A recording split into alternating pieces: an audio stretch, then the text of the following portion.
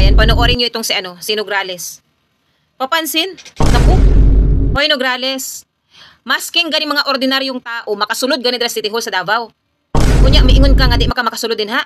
Unya, kung miingon pa ka nga, sigurado pagid ka nga makadaog ka og mayor? Pag sure, oy! Miingon pagid ka nga, makasulod na gid ko sa City Hall kung makadaog ko. Unya, kinsa may nagpugong nimo nga masulod ka dira sa kuan?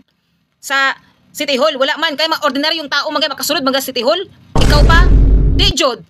Kaya nakabalo man ka nga ng mga Duterte din ha. So, dili ka gusto mo sulod. Diba? Imo na problema. Diba? Way, laing nagkuhan na nagpugong nimo. Kung di imo lang ka o galingon, gipugan nimo nga masulod ka dira sa City Hall. Pag sure, hoy. Oh. Andam na mo para sa saka Mayor Carlo Nograles sa Dakbayan sa Davao. Kay andam naman sad ko. Namo serbisyo sa pagkamayor ninyo dinhi sa atong gimahal na Dakbayan sa Davao City.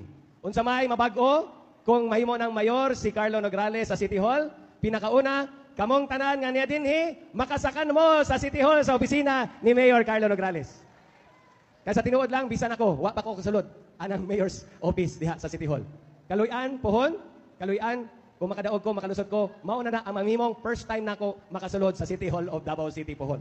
Sabay-sabay ta dito, ug sabay-sabay pud ta magserbisyo sa katawhan. Nalingaw pa mo sa mga dances o mga sayaw